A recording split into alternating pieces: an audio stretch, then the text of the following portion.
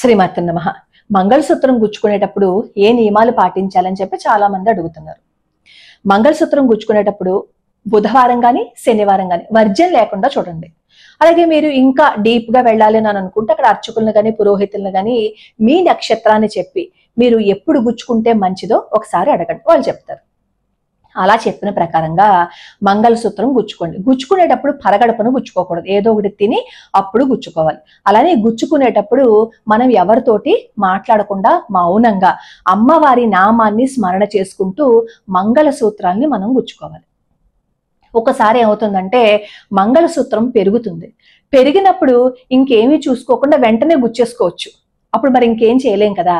కానీ కొన్ని రోజులకు ఒకసారి మనం చూసుకుంటూ ఉంటే ఈ ఇబ్బంది ఉండదు. మంచి రోజు చూసుకుని మనం గుచ్చేసుకోవచ్చు, అప్పుడు ఎటువంటి ఇబ్బంది లేకుండా హాయిగా ఉంటుంది. అయితే ఈ మధ్య కాలంలో ఏం చేస్తున్నారంటే కొంతమంది మంగళసూత్రాలని కూడా ఎవరైనా పెళ్లిళ్ళకి వెళ్తున్నారు అనుకోండి, ఒకసారి నీ మంగళసూత్రం ఇస్తావు, ఒకసారి వేసేసుకుని ఇచ్చేస్తాను అని అనేవాళ్ళు కూడా తయారయ్యారు. ఈ మాట అంటే అదేంటి ఇలా కూడా చేస్తారా అని, ఇలా కూడా చేస్తారు. ఎందుకంటే వాళ్ళకి ఏంటంటే ఇదివరకటి కాలంలో మంగళసూత్రం గుచ్చుకోవటం లేదు కదా, మంగళసూత్రం వేసుకోవటం లేదు కదా, ఇప్పుడు మార్చుకుంటే తప్పేంటి అని. మంగళసూత్రం ఎలా కడతారో చెప్పండి. మనకి పెళ్లి అయ్యేటప్పుడు మాంగళ్య దేవతని ఆవాహన చేసి ఆహ్వానించి షోడశోపచార పూజలు చేసి ప్రతి ముత్తైదవ దగ్గరికి తీసుకువెళ్లి ఆశీర్వచనం చేయించుకుని ఆ తర్వాత మంచి ముహూర్తం చూసి పురోహితుడు అక్కడ మంత్రోచ్చారణ చేస్తుంటే మన మెడలో కట్టే మంత్ర బంధం అది. ఆ మంత్ర బంధాన్ని బంధనంగా అనుకున్నాం కాబట్టే మనకి ఎప్పుడు కష్టం ఉంటే అప్పుడు తీసేస్తాం, ఎప్పుడు కోపం ఉంటే అప్పుడు తీసి పక్కన పెట్టేస్తాం. అసలు ఒకసారి మంత్రపూరితంగా కట్టిన ఆ మంత్ర బంధాన్ని తీసి పక్కన పెట్టడం కానీ ఇంకొకరికి ఇవ్వడం కానీ అసలు చేయకూడదు. ఈ మధ్య కాలంలో ఇంకొంచెం ముందుకెళ్ళి ఏం చేస్తున్నారు అంటే ఆ మంగళసూత్రాన్ని చైన్ లాగా పెట్టుకుంటున్నారు. చైన్ లాగా పెట్టుకోవాలని అంత నామోషి ఉన్నప్పుడు ఇంకెందుకు తీసేయచ్చు కదా. మనకి పెళ్ళవలేదు అని చెప్పడానికో లేదు అంటే ఇంకే కారణాలతో అయి ఉంటుంది కదా. ఏ కారణమైనా సరే పెళ్ళైన స్త్రీ మెడలో నుంచి మంగళసూత్రాన్ని ఎందుకు ప్రత్యామ్నాయంగా చూపించాలి? నాకు పెళ్ళైంది, నేను పెళ్ళైన స్త్రీని అని చెప్పుకోవడానికి సిగ్గెందుకు పడాలి? అది ఆటంకంగా ఎందుకు అనుకోవాలి అసలు? ఫస్ట్ అలా అనుకునే మనం ఏదైనా చెయ్యాలి, అంతే తప్ప ఈ మంగళసూత్రాన్ని చైన్లా పెట్టేసుకోండి కానీ తీయకండి, అది కరెక్ట్ కాదు. మంగళసూత్రానికి ప్రత్యామ్నాయం ఏముంటుంది? చైనా. అలాంటప్పుడు చైనే వేసుకోవచ్చు కదా, మంగళసూత్రం తీసి పక్కన పెట్టేసి. కాబట్టి అది నామోషిగా భావించకండి. మంగళసూత్రం వెనకాల ఉన్న ఆయుర్వేదము విజ్ఞాన శాస్త్రము తెలిస్తే పొరపాటును కూడా మంగళసూత్రాన్ని మనం తీసి పక్కన పెట్టం.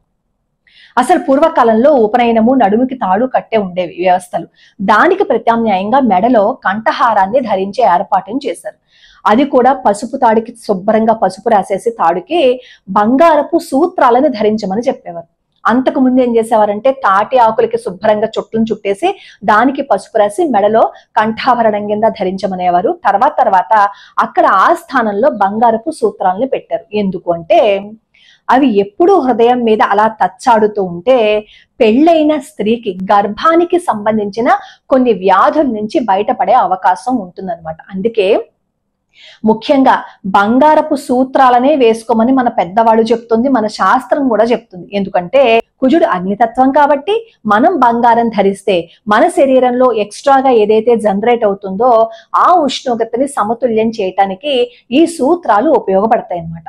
మెచ్యూరైన ఆడపిల్ల మెడలో గొలుసు లేకుండా ఉండకూడదు అంటారు చూడండి. ఎందుకంటే అక్కడ కూడా ఇదే గర్భానికి సంబంధించిన ఏవి వ్యాధులు ఉండకూడదని, పీసీఓడి పీసీఓఎస్ ఇవన్నీ రాకుండా ఉండాలంటే కొన్ని నర్వ్స్ యాక్టివేట్ అవ్వాలి. అలా యాక్టివేట్ అవ్వాలి అంటే ఆడపిల్లల మెడలోను మగపిల్లల మెడల్లోనూ ఏదో ఒకటి గొలుసు ఉండి తీరాలి. కానీ రాను అది ఫ్యాషన్ గా మారిపోయి బంగారాన్ని తీసేసి మనం ఇత్తడి అని ఇనపవని ఏవేవో వేసుకుంటున్నాం. అవి ఏవి వేసుకున్నా ఫలితం ఉండదు.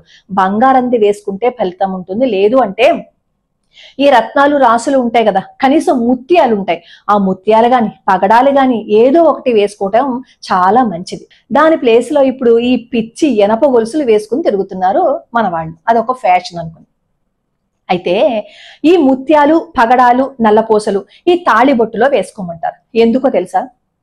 ముత్యాలు వేసుకుంటే శరీరంలోని వాతం నశిస్తుంది కాబట్టి, పగడాలు వేసుకుంటే సంతానోత్పత్తికి అవి కారణం అవుతాయి కాబట్టి. సంతానం లేని స్త్రీలు ఈ పగడాలని హారం కింద వేసుకుంటే వాళ్ళకి సంతానం కలుగుతుందని రత్నాల నిపుణులు ఝారీ గారు ఆయన ఒక నివేదికని తయారు చేశారు. ఆ నివేదికలో ఆయన చెప్పారు, వాళ్ళుట 780 మంది మీద ఎక్స్పెరిమెంట్ చేస్తే 767 777 మందికి సంతానం కలిగింది అని చెప్పి ఆయన చెప్తున్నారు. ఇది కూడా ఎలా చేయాలట, ఈ పగడాల హారాన్ని వేసుకుని 21 రోజులు బ్రహ్మచర్యాన్ని పాటిస్తూ ఆ 21 రోజులు గోధుమ, బెల్లము, ఆవు నెత్తితో చేసిన ప్రసాదాన్ని భగవంతుడికి నివేదన చేసి దాన్ని గనక స్వీకరించినట్లయితే సంతానం కలుగుతుందని ఆయన చెప్తున్నారు. మరి ఈ పగడాలు, ముత్యాలు అందరూ వేసుకోవచ్చా? మనం జాతకం చూపించుకుని మన జాతకం ప్రకారం అవి వేసుకోవచ్చు అంటే గనక ఖచ్చితంగా పగడాల హారం ఒకటి వేసుకుని చూడండి. ఎన్నో ప్రయత్నాలు చేసుంటాం, అన్ని ప్రయత్నాలు చేసినా గానీ సంతానం కలగలేని వాళ్ళు ఒకసారి ఈ ప్రయత్నం చేస్తే వచ్చే నష్టం ఏం లేదు కదా. అలాగే మరి స్కూల్కి వెళ్లే పిల్లలకి బంగారపు నెక్లెస్లు, బంగారపు గొలుసులు వేసుకుంటే స్కూల్ యాజమాన్యం ఒప్పుకోదు. అలాంటప్పుడు ఏం చేస్తారంటే వాళ్ళ జాతకం చూపించి ఆ జాతకానికి సరిపడే ఏవో రాళ్ళు, రత్నాలు, పూసలు ఉంటాయి కదా, ముత్యాలు గాని, పగడాలు గాని, నీలాలు గాని ఏవో ఒకటి ఉంటాయి కదా, వాటిని అమ్మాయి మెడలో ధరించేటట్లు చేయండి. ఎందుకంటే ఈ మెచ్యూర్ అయిన ఆడపిల్లలకి మెడలో గొలుసు లేకపోతే గర్భానికి సంబంధించిన కొన్ని వస్తాయని చెప్పి ఆయుర్వేదం చెప్తుంది. ముఖ్యంగా వీలైతే బంగారం వేయండి, లేకపోతే కనీసం ఇవేనా వేయండి.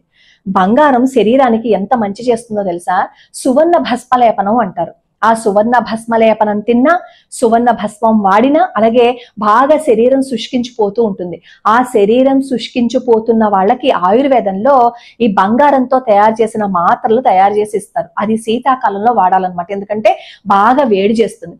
అవి గనక వాడిస్తే శరీరంలో ఎంత అద్భుతమో జరుగుతుంది. లీన్ గా ఉండే వాళ్ళకి, అలాగే ఆరోగ్యం అస్తమాను ఏదో ఇబ్బంది పెడుతుంది, రోగ నిరోధక శక్తి లేదు అని అనుకునే వాళ్ళకి ఈ బంగారంతో చేసిన మాత్రలు గనక వాడిస్తే శరీరం చాలా అద్భుతంగా ఉంటుంది, రోగ నిరోధక శక్తి పెరుగుతుంది. అప్పుడు మీరు వెంటనే అనొచ్చు, అమ్మో బంగారంతో తయారు చేసిన ఈ మాత్రలు చాలా కాస్ట్ ఉంటాయేమో. 20 మాత్రలు 2000 రూపాయలు ఉంటాయి. మన ఆరోగ్యం కోసం ఎంతో డబ్బుని మనం ఖర్చు పెడుతూ ఉన్నాం కదా, ఆ మాత్రలు తెచ్చుకొని వేసుకోవటంలో మనకి నష్టం ఏం లేదు కదా. కానీ మీ అంతటి మీరు కొన్ని తెచ్చి వేసుకోకూడదు. ఆయుర్వేద వైద్యుడి దగ్గరికి వెళ్ళి మీకున్న లక్షణాలు చెప్తే, ఒకవేళ మీకు ఆ బంగారంతో తయారు చేసిన ఆ మాత్రలు సరిపోతాయని అనుకుంటే వాళ్ళు ఆ మాత్రలు ఇస్తారు. ఒకసారి వాడి చూస్తే అప్పుడు మనకి తేడా తెలిసిపోతుంది కదా. సరే, ఎక్కడికో వెళ్ళిపోతుంది టాపిక్. ఎన్నో విజ్ఞాన రహస్యాలని మన వాళ్ళు ఈ తాళిబొట్టు కట్టుకోవటంలో పెట్టి ఉంచారు. దాన్ని తీసి పక్కన పెట్టేయకండి. ఇప్పుడు అలా తీసి పక్కన పెట్టేస్తాము, మళ్ళీ మెళ్ళో వేసుకుంటాం.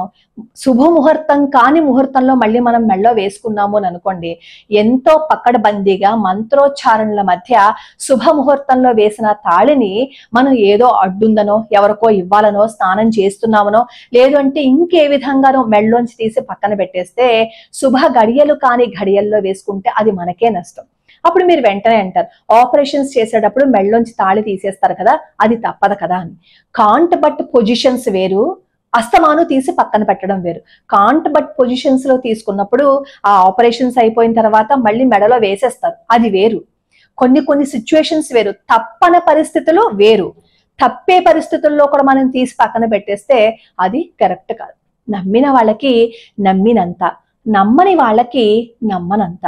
మనం ఏదైతే నమ్ముతామో, మన సంప్రదాయాలు, మన ఆచారాలు, మన ఋషులు ఏవైతే మనకి చెప్పారో దాన్ని మనం పాటించాము అని అనుకోండి, హాయిగా, చక్కగా, సంతోషంగా ఉంటాం. అలాగే ఈ తాళిబొట్టుని చాలా మంది బయటికి వేసుకుని చూపిస్తూ ఉంటారు. ఎటువంటి పరిస్థితుల్లోనూ తాళిబొట్టుని బయటికి కనిపించేలా చేయకూడదు, ఈ లోపలే ఉండాలి. ఎందుకంటే దృష్టి తగులుతుంది కాబట్టి తాళిబొట్టుని బయటికి వేసుకోవద్దు అని అన్నారు.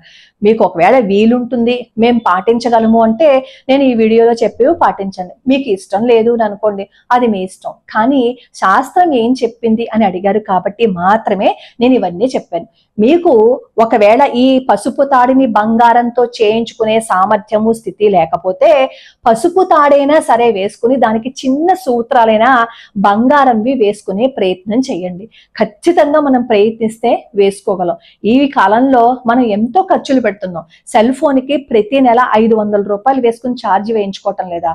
అలా ఒక సంవత్సరం పాటు దాచిపెట్టుకున్నాము అని అనుకోండి, ఈ సెల్ ఫోన్ పక్కన పెట్టి ఆ చిన్న చిన్న సూత్రాలను వేసుకోవచ్చు కదా.